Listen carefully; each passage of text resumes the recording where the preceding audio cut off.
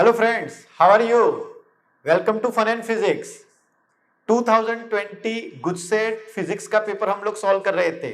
Last 3 videos में हमने 30 question तक फिनिश किया था। तो इस वीडियो में हम रिमेनिंग क्वेश्चन को कंप्लीट करेंगे।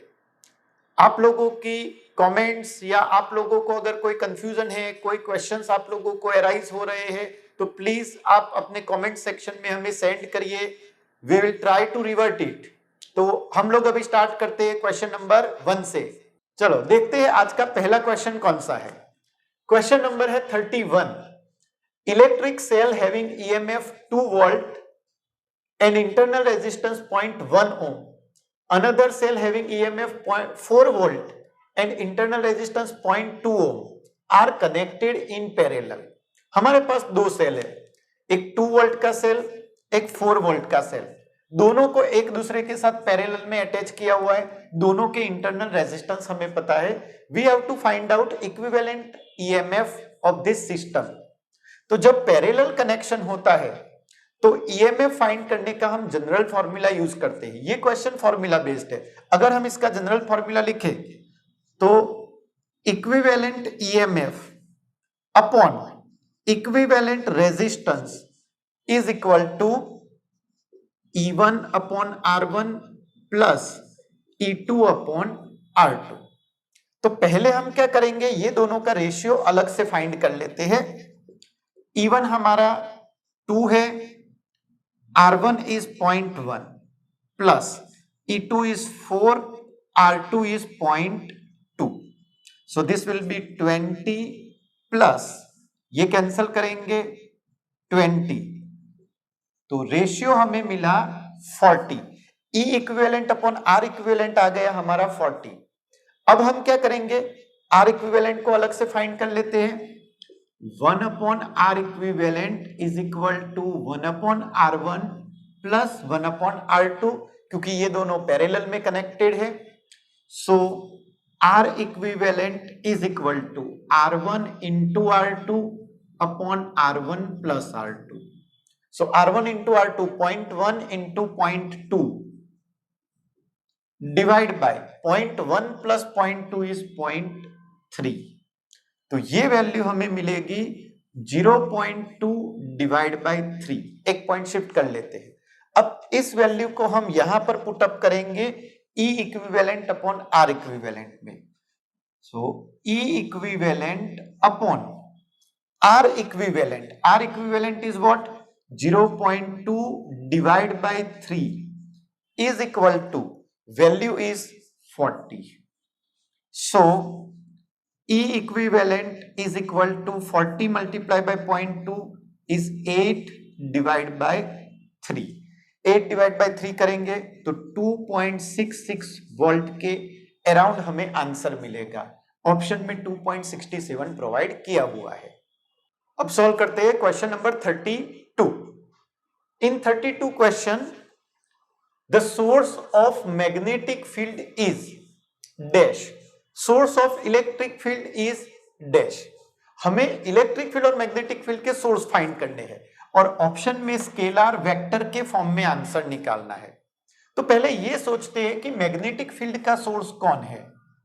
अगर हम मैग्नेटिक फील्ड की बात करें तो मैग्नेटिक फील्ड का सोर्स होता है मूविंग चार्ज। मूविंग चार्ज अगर हम उसको Q इंटू V से रिप्रेजेंट करें तो V वेक्टर क्वांटिटी बनेगी, या तो फिर हम लिख सकते हैं इट इज करंट एलिमेंट। अगर हम करंट एलिमेंट लिखे तो भी वो आइडियल वेक्टर बनेगा। तो ये दोनों ही इंडिकेट करते हैं कि मैग्नेटिक फील्ड का सोर्स जो है वो वेक्टर के फॉर्म में आना चाहिए। तो पहला ऑप्शन हमारा वेक्टर ये दोनों में बनता है। अब इसके साथ साथ हम बात करते हैं इलेक्ट्रिक फील्ड की। तो इलेक्ट्रिक फील्ड का सोर्स कौन है? इलेक्ट्रिक फील्ड का सोर्स है चार्ज, चाहे वो स्टेशनरी हो, वो कांस्टेंट वेलोसिटी से मूव कर रहा हो, या फिर वो एक्सीलरेटेड मोशन करता हो। चार्ज ऑलवेज इलेक्ट्रिक फील्ड को जनरेट करेगा। तो यहां पर हमें इसके सोर्स के फॉर्म में सिर्फ Q लेना है और चार्ज स्केलर क्वांटिटी होती है। इसका मतलब कि सेकंड ऑप्शन हमारा स्केलर बनना चाहिए। तो आंसर इस क्वेश्चन का बनेगा डी ऑप्शन। चलो अब देखते हैं क्वेश्चन नंबर 33। 33 क्वेश्चन में a coil of 10 ampere into metre square, magnetic dipole moment M हमें प्रोवाइड किया है 10 ampere into metre square. This magnetic moment is placed in a vertical plane and it is free to rotate about horizontal axis coinciding with its diameter. Uniform magnetic field of two Tesla in horizontal direction exists such that initially the axis of coil is in the direction of field. Now the coil rotates to angle 90 degree under the influence of field. Moment of inertia is given. What will be its angular speed? Question काफी बड़ा है और थोड़ा conceptual भी है। तो सबसे पहले तो हमें यह देखना पड़ेगा कि कॉइल के अंदर एंगुलर वेलोसिटी क्यों क्रिएट होती है।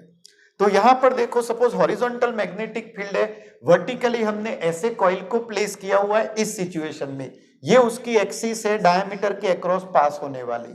इनिशियली एक्सिस को मैग्नेटिक फील्ड के पैरेलल रखा हुआ है। तो ये पर्टिकुलर कॉइल के लिए जो मैग्नेटिक डाइपोल मोमेंट बनेगी वो परपेंडिकुलर टू द प्लेन ऐसे बनेगी।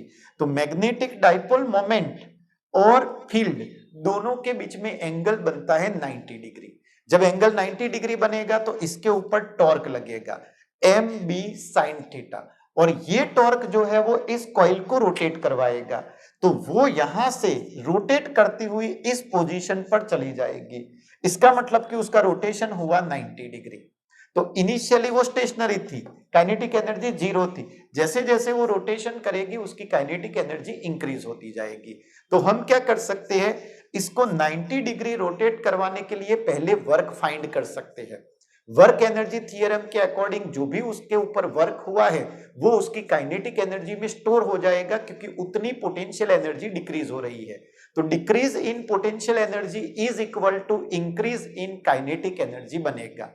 तो अगर हम वर्क इसका कैलकुलेट करें तो W इज इक्वल टू इसका मैग्नेटिक डाइपोल मोमेंट हमने लिखा m into cos theta 1 minus cos theta 2 into आएगा b। अब मैग्नेटिक फील्ड कितना प्रोवाइड किया हुआ है यहां पर, तो मैग्नेटिक फील्ड हमें दिया है 2 टेस्ला। m की वैल्यू कितनी है, तो m की वैल्यू है 10। सो 10 इंटू 2 इंटू इनिशियली एंगल जो था वो इस सिचुएशन में यहां पर 90 डिग्री था, तो cos 90 अगर हम लिखेंगे, फिर माइनस सेकंड टाइम एंगल कितना हुआ, जब रोटेट करने के इस पोजीशन पर गया तो एंगल हो गया 0 degree, cos 0 degree. So this is equal to 20 cos 90 इज 0 माइनस cos 0 हमें मिला 1। सो वर्क डन हमें मिला है -20 जूल। वर्क नेगेटिव में क्यों आया, क्योंकि यहां पर work done by the system हुआ है। मैग्नेटिक फील्ड ने खुद इसको रोटेट करवाया हुआ है। अब जितना भी वर्क हुआ है वो कहां चला गया, तो उसकी काइनेटिक एनर्जी में स्टोर हो गया। इसलिए अगर हम काइनेटिक एनर्जी की वैल्यू को भी 20 ले ले, वो उसके अंदर इंक्रीमेंट करेगा, इसलिए हम इसको पॉजिटिव लेते हैं। तो final kinetic energy minus initial kinetic energy, initial kinetic energy इसकी 0 थी, final kinetic energy 1/2 I omega square, क्योंकि ये रोटेट कर रहा है। So 20 into 2 is equal to, I हमें कितना दिया हुआ है 0.1 into omega square. So omega square is equal to 200 into 2, this will be 400। So omega is equal to root of 400 is 20। तो हमारा आंसर बनेगा 20 रेडियन पर सेकंड। ये एक क्वेश्चन ऐसा था जिसमें हम डायरेक्ट फॉर्मूला अप्लाई करने की ट्राई करें तो सॉल्व करना पॉसिबल नहीं था। ये कंसेप्चुअल था और इसमें 11th स्टैंडर्ड के कंसेप्ट भी इंक्लूड होते थे। इस टाइप के क्वेश्चन जनरली आपको नीट या जेईई में देखने को मिलते हैं। अब सॉल्व करते हैं question number 34 question, 10 ampere current is passing I is given 10 ampere passing through a very long wire of radius 5 centimetre. Suppose हम यहां पर एक ऐसे वायर को कंसीडर करते हैं जो लॉन्ग वायर है, टोटल इसकी रेडियस हमें दी है 5 centimetre, magnetic field at a distance 2 centimetre inside of curve surface. हमें मैग्नेटिक फील्ड बी को फाइंड करना है। कौन से रीजन में फाइंड करना है? इनसाइड रीजन में फाइंड करना है। तो पहले तो इनसाइड रीजन का फॉर्मूला क्या होता है? तो इनसाइड रीजन के लिए mu 0 I upon 2 pi R square into small R होता है। Magnetic field inside is directly proportional to distance बनेगा। स्मॉल आर जिस पॉइंट पर फाइंड करना है उस पॉइंट का डिस्टेंस होता है उसकी एक्सिस से, और कैपिटल आर जो होता है वो इसकी रेडियस है। तो हमें कैपिटल आर यहां पर 5 इंटू 10 पावर -2 मीटर दिया हुआ है, 5 सेंटीमीटर। स्मॉल आर कितना दिया है वो हम चेक कर लेते हैं। तो हमें बोला है कि 2 सेंटीमीटर इनसाइड फ्रॉम सरफेस, ये कर्व सरफेस हुआ, कर्व सरफेस से 2 सेंटीमीटर इनसाइड यहां पर पॉइंट आएगा।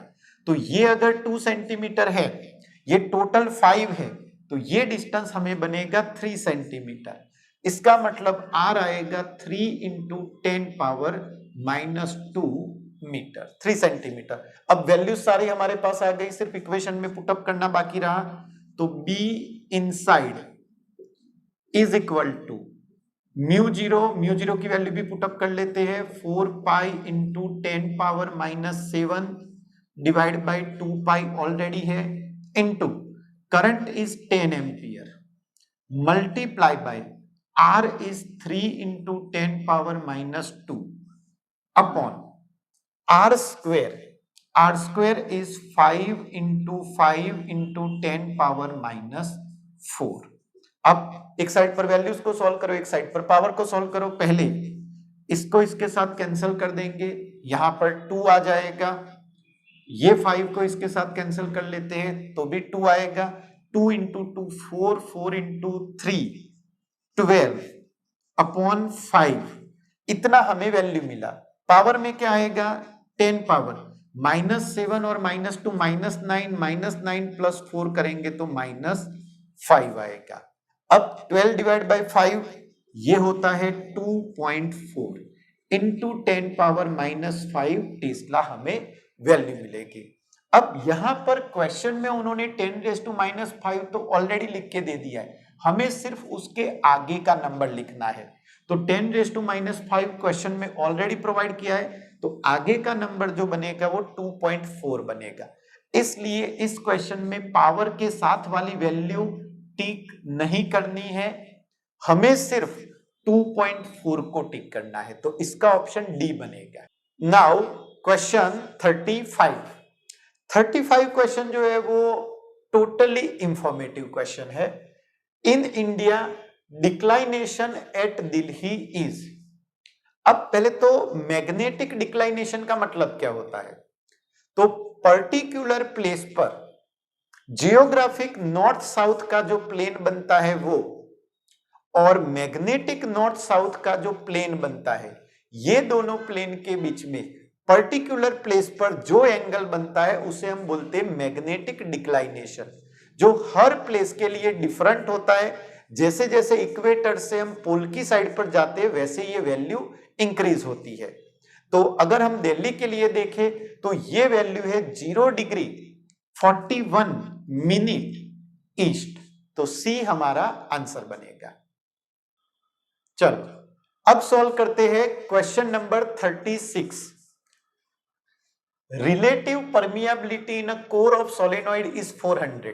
म्यू आर की वैल्यू हमें प्रोवाइड की है 400 रिलेटिव परमिएबिलिटी की। The winding of solenoid carries current 2 ampere. Externally जो करंट सप्लाई किया गया है वो 2 एम्पियर है। नंबर ऑफ टर्न्स आर 1000 पर मीटर। यहां पर नंबर ऑफ टर्न्स में पीछे पर मीटर लिखा हुआ है, मतलब ये वैल्यू हुई स्मॉल एन की। तो स्मॉल एन हमें प्रोवाइड किया है 1000। The magnetic intensity inside core of solenoid is. हमें मैग्नेटिक फील्ड फाइंड करने को नहीं बोला है, हमें बोला है मैग्नेटिक इंटेंसिटी। मैग्नेटिक इंटेंसिटी, जिसको जनरली हम H सिंबल से डिनोट करते हैं। मैग्नेटिक इंटेंसिटी का मतलब होता है कि जब भी कोई भी सब्सटेंस को हमें मैग्नेटाइज करना होता है तो हम उसे सोलेनॉइड के अंदर प्लेस कर देते हैं और एक्सटर्नली करंट को सप्लाई करते हैं। तो हमने जो एक्सटर्नली फील्ड जनरेट किया हुआ है उससे जो इंटेंसिटी बनती है that is called magnetic intensity. अब मैग्नेटिक इंटेंसिटी का फॉर्मूला क्या होता है कैपिटल एच का? तो capital H is equal to N into I zero. n number of turns per unit length and I0 is current provided externally।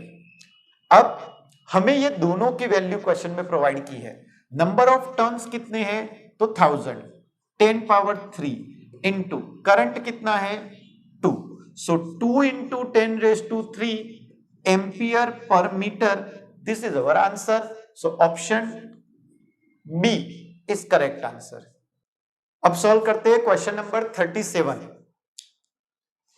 Coil having 1000 turns, number of turns are 1000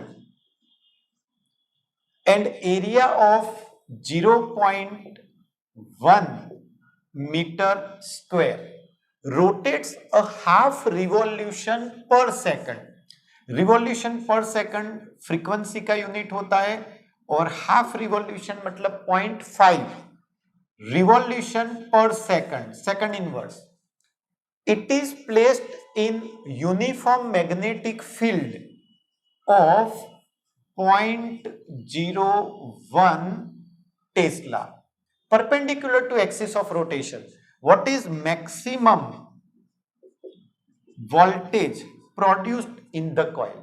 तो जब भी coil को हम external magnetic field के अंदर rotate करते हैं तो उस केस में उसके अंदर ईएमएफ जनरेट होता है और यहां पर जो ईएमएफ जनरेट होगा वो एसी वोल्टेज होगा।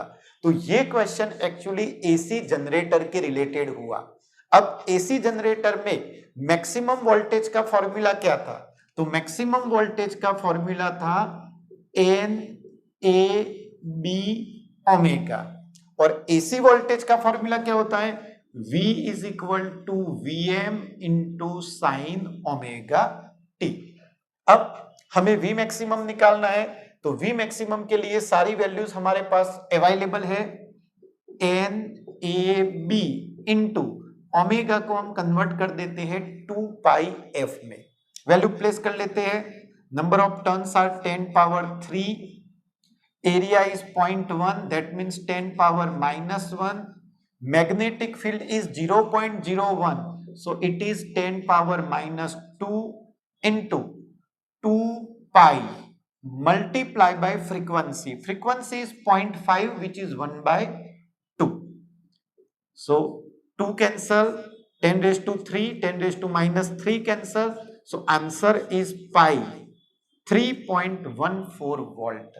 3.14 volt, A is our correct option।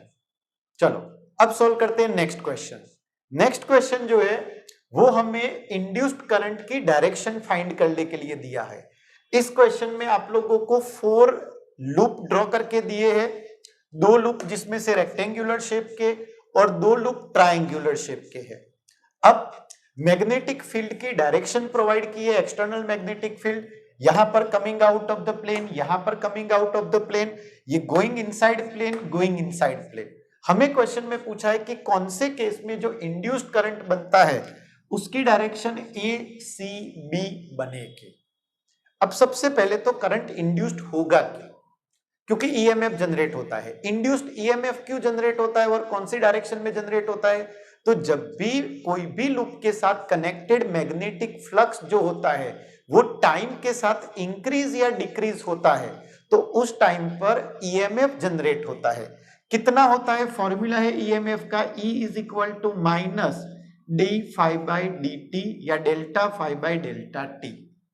तो अगर फ्लक्स का चेंज इंक्रीज हो रहा होगा तो जो ईएमएफ बनेगा वो उसे डिक्रीज करने की ट्राई करेगा और अगर फ्लक्स डिक्रीज हो रहा होगा तो अकॉर्डिंग टू लेंज लॉ वो उसे इंक्रीज करने की ट्राई करेगा। मतलब कि इंड्यूस करंट की डायरेक्शन ऐसे बनेगी जिससे कि वो नए मैग्नेटिक फील्ड को उसके सपोर्ट में या उसके अगेंस्ट ले जा सके। तो हम केस वाइज देखते हैं। सपोज फर्स्ट ऑप्शन की अगर हम बात करें, मैग्नेटिक फील्ड एक्सटर्नल जो है वो coming out of the plane है और यहां पर ये कॉइल ऐसे बाहर निकल रही है। कॉइल जैसे जैसे बाहर जाएगी उसके साथ लिंक जो मैग्नेटिक फ्लक्स है वो डिक्रीज होता जाएगा। अब मैग्नेटिक फ्लक्स टाइम के साथ डिक्रीज हो रहा है इसलिए ईएमएफ जनरेट होगा और वो ईएमएफ उसको इंक्रीज करने की ट्राई करेगा। इसका मतलब नया मैग्नेटिक फील्ड जो है वो एग्जिस्टिंग मैग्नेटिक फील्ड की डायरेक्शन में ही बनना चाहिए, coming out of the plane. अब अगर कॉइल में मैग्नेटिक फील्ड को coming out of the plane रखना है तो करंट कौन सी डायरेक्शन में फ्लो करेगा? अगर हम राइट थंब रूल अप्लाई करें राइट हैंड तो फिंगर ऐसे टर्न होती है, इसका मतलब कि इसमें करंट की डायरेक्शन ये वाली बननी चाहिए ऐसे। तो current A to B to C जाएगा जबकि हमें चाहिए A to C to B, इसलिए ये ऑप्शन पॉसिबल नहीं होगा। ऐसे सेकंड ऑप्शन को ट्राई कर सकते हो। अब देखो ये ऑप्शन में वो एग्जिट कर रहा था और फील्ड जो था वो यहां पर coming out of the plane था, तो इस ऑप्शन में उन्होंने क्या किया, फील्ड को अपोज कर दिया, तो साथ साथ उन्होंने एग्जिट करने की जगह पर एंट्री करवाई। तो दोनों ऑपोजिट एक दूसरे को कैंसल आउट कर सकते, इसलिए ये भी आंसर नहीं बन सकता है। अब इसके बारे में सोचे तो यहां पर magnetic field external coming out of the plane है और कॉइल बाहर निकल रही है, मतलब मैग्नेटिक फ्लक्स टाइम के साथ डिक्रीज हो रहा है, तो हमें उसको इंक्रीज करना पड़ेगा। सेम डायरेक्शन में जनरेट करने के लिए करंट की डायरेक्शन यहां पर भी ऐसे ही बनेगी, तो इस केस में भी current A to B to C जा रहा है, तो ये भी ऑप्शन नहीं बनेगा। अब इसके बारे में सोचो, यहां पर भी कॉइल बाहर जा रही है तो magnetic field original magnetic field को इंक्रीज करने की ट्राई करेगा, तो हमें मैग्नेटिक फील्ड जो बनाना है वो अंदर की साइड पर बनाना है। अंदर की साइड के लिए अगर हम करंट की डायरेक्शन चेक करें तो करंट ऐसे रोटेट करेगा, सो A से करंट जाएगा C से B और B से A, तो ACB वाली कंडीशन हमारी सेटिस्फाई होगी। चलो अब बात करते हैं क्वेश्चन नंबर 39 की। 39 बहुत ही सिंपल है। Which of the following is not unit of inductance? Informative question हो गया। इंडक्टेंस का ऐसा यूनिट हम देखें तो हेनरी है, मतलब ये तो यूनिट है ही हेनरी। उसके साथ साथ 3 यूनिट और है, हम चेक कर लेते हैं। अब अगर हम उसको डिफाइन करें तो इंडक्टेंस की डेफिनेशन है total flux link per unit current. Flux मतलब वेबर हुआ और करंट मतलब एम्पियर हुआ, तो उसका नेक्स्ट यूनिट बनेगा weber per ampere. Third definition अगर उसकी बनाए तो L is equal to total EMF generated per unit change in current di/dt। So EMF के लिए वोल्ट आएगा अपॉन एम्पियर पर सेकंड आएगा, so volt into second ampere -1, तो ये भी इसका यूनिट है। इसका मतलब कौन सा यूनिट नहीं हुआ, तो ये वाला, तो हमें आंसर टिक करना चाहिए डी ऑप्शन। चलो अब सॉल्व करते हैं क्वेश्चन नंबर 40, लास्ट क्वेश्चन इसका। अ bulb of 100 what power rating, power हमें प्रोवाइड किया है बल्ब का 100 what, is connected with 220 volt supply, 220 volt supply. The resistance of bulb is, हमें इसका रेजिस्टेंस फाइंड करना है। अब सबसे पहले अगर हम ऑप्शंस देखें, रेजिस्टेंस का यूनिट क्या होता है, ओम। यहां पर दो ऑप्शन में ओम मीटर इनवर्स लिखा है, इसका मतलब कि ये आंसर तो कभी पॉसिबल ही नहीं है। अब सिर्फ ये दोनों में से कोई एक वैल्यू पॉसिबल है, तो कैलकुलेट कर लेते हैं। पावर का फॉर्मूला क्या होता है, तो power is equal to V² upon R, so R is equal to V² upon P हुआ, 220 अपॉन 100, कैंसलेशन कर दो तो ये आंसर हमें मिलेगा 484 ओम। इसका मतलब कि ऑप्शन सी इसका करेक्ट ऑप्शन हुआ।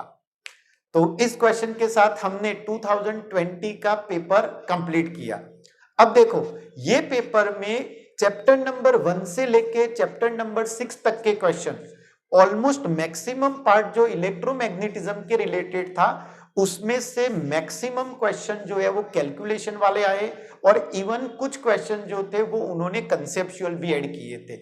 इसका मतलब कि जब भी आप लोग गुजसेट प्रिपेयर करो तो जो क्वेश्चन स्टार्टिंग के चैप्टर्स में से है उसके लिए कंसेप्चुअली प्रिपरेशन करनी पड़ेगी, जबकि पार्ट 2 के मैक्सिमम क्वेश्चन जो आते हैं वो ऑलमोस्ट इंफॉर्मेटिव रहते हैं या तो फिर सिंपल फॉर्मूला बेस्ड क्वेश्चन आते हैं।